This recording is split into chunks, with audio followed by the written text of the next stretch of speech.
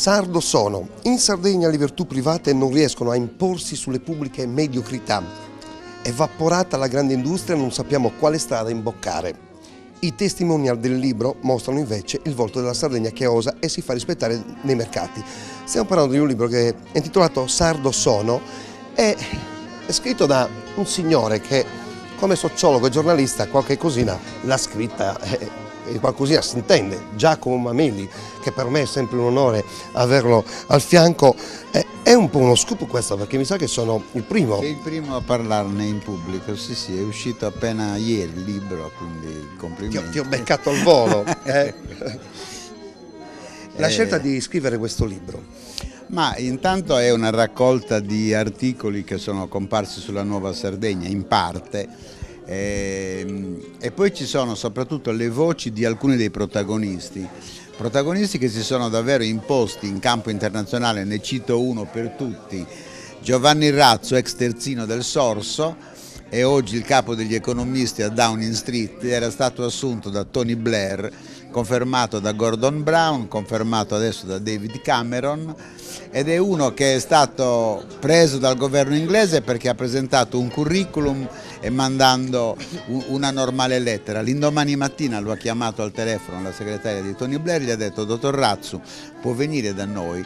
È andato ed è uscito col contratto firmato. La domanda è: se avesse mandato questo curriculum al comune di Nuoro, alla regione Sarda, alla regione delle Marche o dove volete, sarebbe successo lo stesso? No, perché?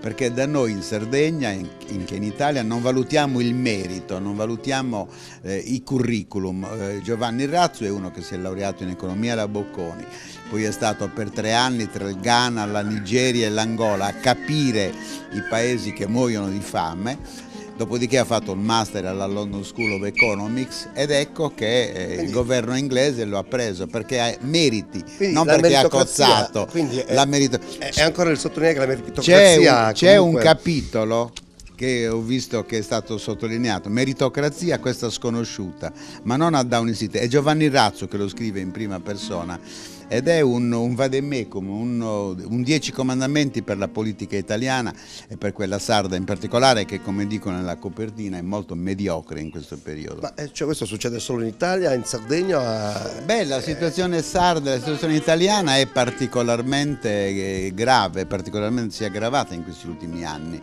perché ci siamo dimenticati della gente che muore di fame, che è senza lavoro, e ci siamo occupati dei bunga bunga, ci siamo occupati delle cosce lunghe, ci siamo occupate delle feste dei premier, anziché occuparci dei problemi del lavoro. Stiamo pagando anni di svagatezza totale e in Sardegna idem. In Sardegna nel sottotitolo c'è scritto Quo vadis Sardegna, non sappiamo da che parte andare. È svanita la grande industria che comunque per 30 anni ci ha garantito un po' di reddito, un po' di busta e paga. È svanita la grande industria, che cosa dobbiamo fare? Vivere d'aria, di aria fritta? Se la grande industria termina, o comunque è terminata, perché ormai con tutte le problematiche ma è terminata da noi, non è terminata in altri posti, perché senza industria, è bene ripeterlo finché la gente lo capisca, non si può vivere. Certo. Bisogna vedere quale industria fare, in quali direzioni indirizzare le produzioni, fare ricerca scientifica, perché per fare i prodotti nuovi non è che io continuo a fare il pecorino romano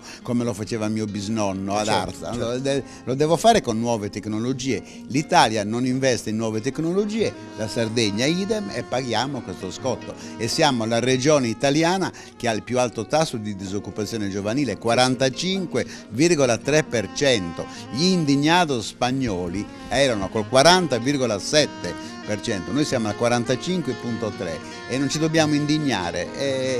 Proprio di sì. Ma come la vedi tu il futuro della nostra isola? Ma il futuro della nostra isola io lo vedo affidato soprattutto alle nuove generazioni che hanno studiato e che devono per forza di cose cercare di capire che è la ricerca scientifica che deve fare i suoi passi in avanti, deve muoversi. Non possiamo certo continuare con l'andazzo del passato, non possiamo continuare con i contributi a fondo perduto, non possiamo abbiamo bisogno di una classe dirigente capace, e oggi la classe dirigente sarda non è capace, come si dice nel sottotitolo. Tra l'altro non l'ho detto io, l'hanno detto durante una lezione che ho fatto ad un master qui a Nuoro alcuni studenti. Abbiamo una classe dirigente mediocre e la mediocrità si traduce col tasso di disoccupazione del quale ho parlato. Certo.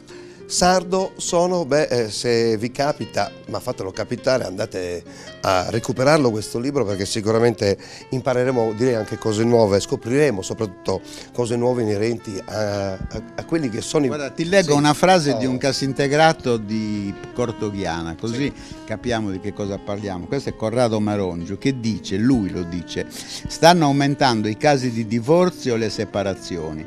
Con queste legnate sulla schiena, tra le mura di casa non può regnare la concordia. Muoiono i paesi, muoiono le ciminiere del Sulcis e con loro si sfaldano anche le famiglie. Le prospettive non ci sono, è come se dalla Sardegna, dal Sulcis e da Ottana, da Porto Torres e da Arbatax fosse scomparso l'orizzonte. La Sardegna di oggi non ha orizzonte. E quindi insomma non la vedi bene. Mi sembra di aver detto di no. Però speriamo che qualcosa possa cambiare. Cioè, io sono i casi che io qui racconto, sardo sono sardi di orgoglio, sono casi positivi. Certo. Dobbiamo imitare le eccezioni e farle diventare regole. E allora, sardo sono, Giacomo Mameli, noi con questa esclusiva vi diamo appuntamento alla prossima puntata di Die Pro Die. Grazie Giacomo, arrivederci. Grazie a voi, grazie, arrivederci.